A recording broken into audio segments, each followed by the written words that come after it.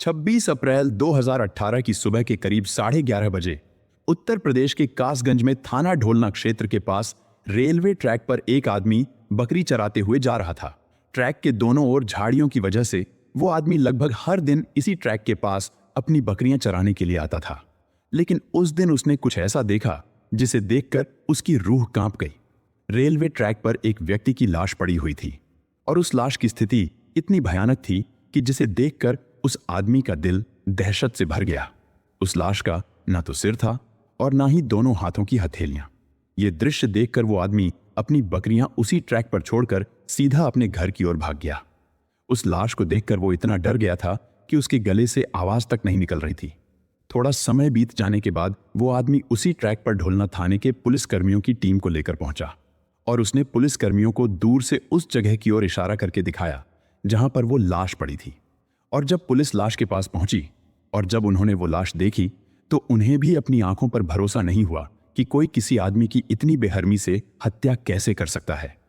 इसके बाद मौके पर पहुंची पुलिस टीम ने आसपास के इलाके की घेराबंदी कर तुरंत जांच शुरू कर दी। सबसे पहले पुलिस ने लाश की अच्छे से छानबीन करी और तभी उन्हें लाश के शरीर पर पहने कपड़ों की जेब से एक आधार कार्ड और LIC का एक कागज मिला। आधार कार्ड पर मृत शख्स का नाम राकेश था।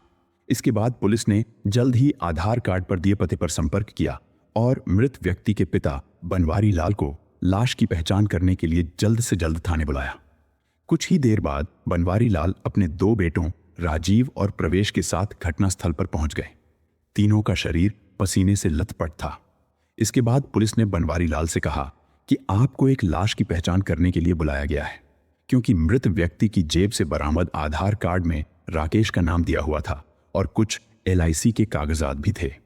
इसके बाद पुलिस बनवारी लाल और उसके दोनों बेटों को लाश के पास लेकर जाती है। लाश को नीले रंग की प्लास्टिक की शीट में लपेट कर रखा गया था। जब बनवारी लाल लाश को देखते हैं तो वो उसे देखकर डर से कांप जाते हैं, लेकिन अगले ही पल उनका डर शोक में तब्दील हो जाता है जब बनवारी लाल मृत व्यक्ति की लाश के पहने कपड़ों को देखते हैं, क्योंकि वो वही कपड़े थे जो बनवारी लाल ने कुछ महीनों पहले अपने बेटे राकेश को उसके जन्मदिन पर गिफ्ट किए थे। कपड़े देखकर बनवारी लाल अचानक से फूट फूट कर रोने बिलखने लगते हैं और जोर जोर से चिल्ला चिल्ला कर राकेश का नाम लेकर चीखने लगते हैं। अपने भाई की लाश की ऐसी हालत और पिता को रोता बिलखता देखकर राजीव और प्रवेश की आंखों से भी आंसू आ जाते हैं, लेकिन फिर भी पिता का सहारा बनते हुए दोनों बेटे बनवारी लाल को लाश से दूर करते हैं। अब तक कपड़ों की पहचान से यह तो साफ हो चुका था कि मरने वाला शख्स बनवारी लाल का बेटा राकेश ही है, लेकिन पुलिस के लिए यह कंफर्म करना बेहद जरूरी था कि जो लाश बरामद हुई है वो वाकई में राकेश की ही है या नहीं, क्योंकि सिर और हथेलियां कटी हुई लाश को पहचान पाना काफी मुश्किल था और सिर्फ कपड़ों की पहचान से यह पक्का कर पाना कि लाश राकेश की ही है, यह पुलिस के लिए सबसे बड़ी चुनौती थी। इसलिए पुलिस लाश की पहचान करने के लिए DNA जांच करवाने का फैसला करती है, ताकि यह साबित हो जाए कि जो लाश मिली है वो वाकई में राकेश नाम के व्यक्ति की ही है या नहीं। इसके बाद पुलिस जल्द ही राकेश के माता पिता से संपर्क कर उनका DNA सैंपल लेती है और उसे अस्पताल भेज देती है। इस घटना को 3 साल हो चुके थे और साल 2021 की अगस्त में एक दिन अचानक से कासगंज के ढोलना थाने में अस्पताल से DNA रिपोर्ट आती है, जो राकेश के माता पिता के DNA सैंपल की रिपोर्ट थी। लेकिन DNA रिपोर्ट में कुछ ऐसा आया जिसने पुलिस के होश उड़ा दिए। रिपोर्ट देखकर पुलिस के मन में हजारों सवाल तूफान की तरह उठने लगे। 3 साल से ठंडे बस्ते में पड़ा मामला अचानक से अब एक नया मोड़ ले चुका था। दरअसल जिस DNA रिपोर्ट का इतने लंबे समय से इंतजार हो रहा था, उस रिपोर्ट में मृत व्यक्ति का DNA उसके माता पिता बनवारी लाल और इंद्रावती के DNA से कोई मैच ही नहीं था। इसका मतलब यह था कि जिस लाश को बनवारी लाल ने पुलिस को बताया था कि वो उनके बेटे की है, असल में वो उनके बेटे राकेश की नहीं थी, बल्कि किसी और की थी। लेकिन अब सबसे बड़ा सवाल यह था कि बनवारी लाल ने पुलिस से झूठ क्यों बोला कि वो लाश उनके बेटे राकेश की है। इन सभी बातों को देखकर पुलिस 3 साल पुरानी इस केस की फाइलें तुरंत निकलवाती है। इसके बाद पुलिस मृत व्यक्ति की पहचान का पता लगाने के लिए अप्रैल 2018 में उस इलाके से गुमशुदा लोगों की लिस्ट निकलवाती है और इसी दौरान पुलिस को पता चलता है कि अप्रैल 2018 में राकेश की उम्र के लोगों में उस इलाके से सिर्फ एक ही आदमी गायब हुआ था, और वो आदमी था गांव नौगवां अलीगढ़ का रहने वाला राजेंद्र उर्फ कलुआ। ये जानकारी मिलते ही पुलिस तुरंत कलुआ के घर जाती है और घर वालों से कलुआ के बारे में पूछताछ करने लगती है। कलुआ के माता पिता ने पुलिस को बताया कि उनके बेटे की दोस्ती राकेश के साथ थी। 25 अप्रैल को गायब होने के एक दिन पहले राकेश कलुआ को अपनी बीवी बच्चों को ढूंढने का नाम लेकर उसे अपने साथ ले गया था।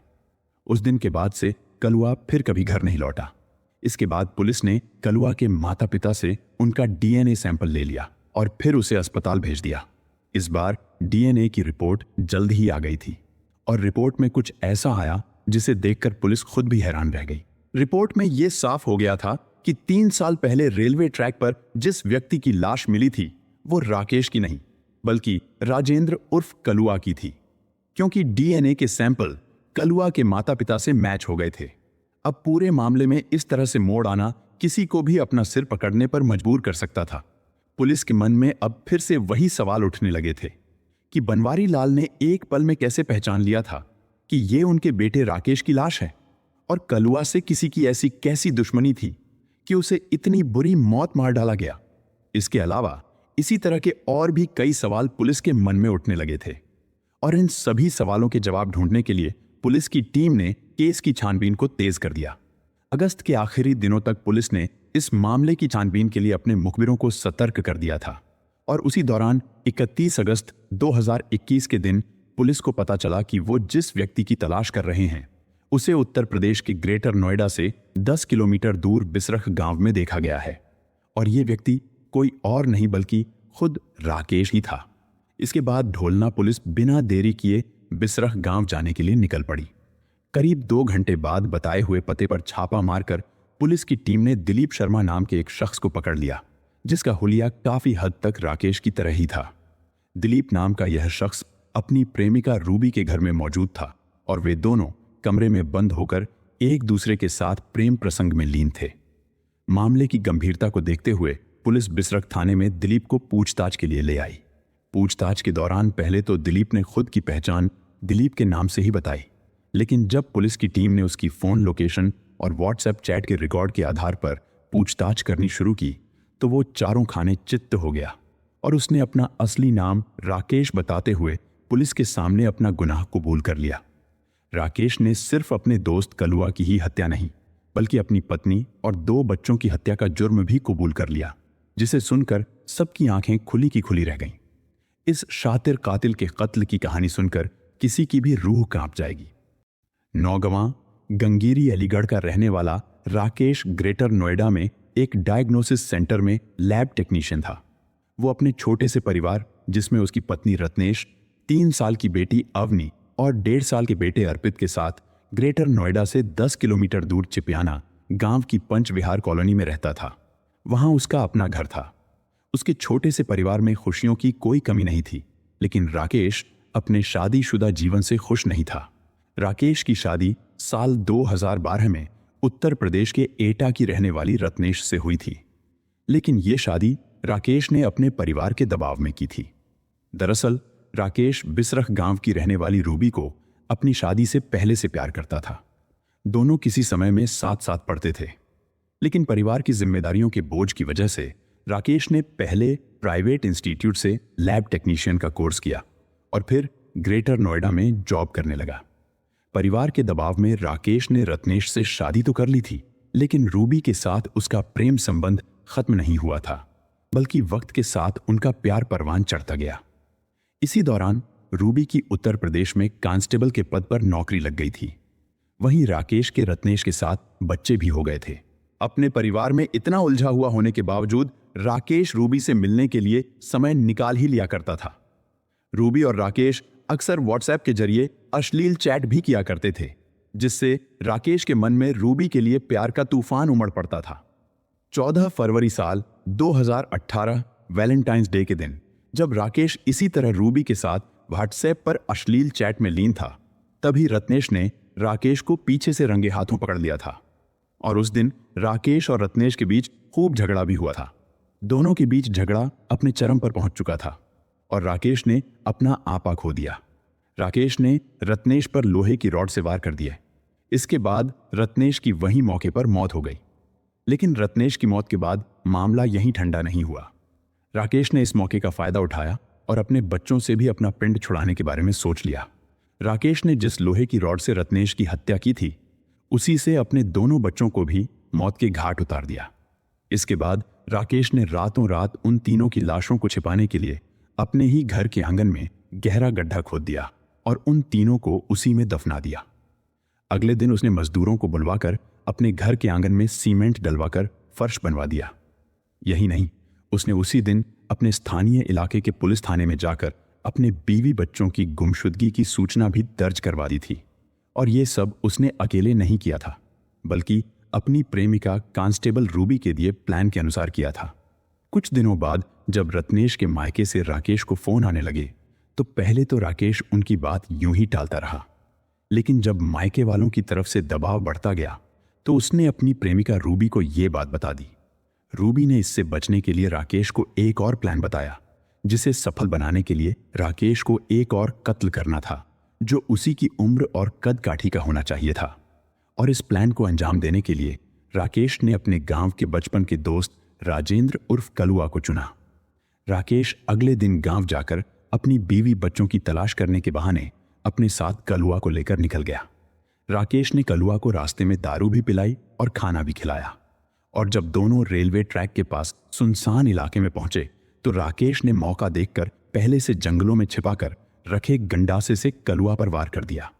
कलुआ राकेश के पहले ही हमले को सह नहीं पाया और बेहाल होकर नीचे गिर पड़ा। राकेश ने मौके का फायदा उठाकर कलुआ पर इतने वार कर दिए कि उसकी जान वहीं पर निकल गई। इसके बाद राकेश ने कलुआ का सिर और हाथ के पंजे काट दिए ताकि लाश की पहचान न हो सके। अपने इस काले कत्ल की दास्तान में उसने अपने घर वालों को भी शरीक कर लिया था। राकेश ने अपने घर वालों को लालच दिया कि अगर उसकी शादी रूबी से हो गई तो मोटा पैसा दहेज में मिलेगा।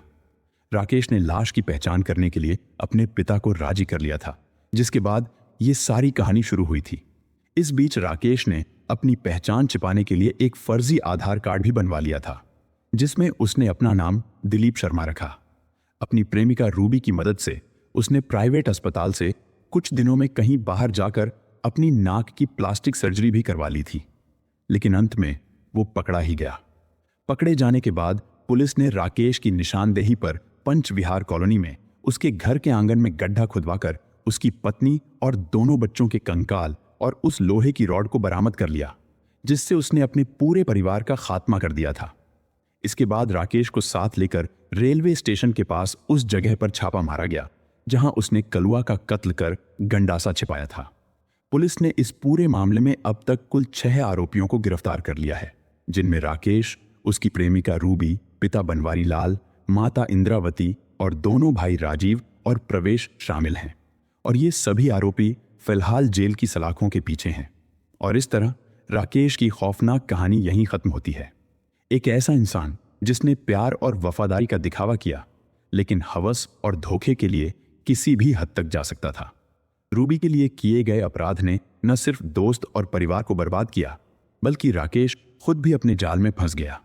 अगर आप चाहते हैं कि हम आपके लिए और भी सच्चे और चौंकाने वाले क्राइम केस लाते रहें, तो वीडियो को लाइक करें और हमारे चैनल को सब्सक्राइब करना ना भूलें। नीचे कमेंट में बताइए, क्या प्यार के लिए कोई इंसान इतना भयानक अपराध कर सकता है?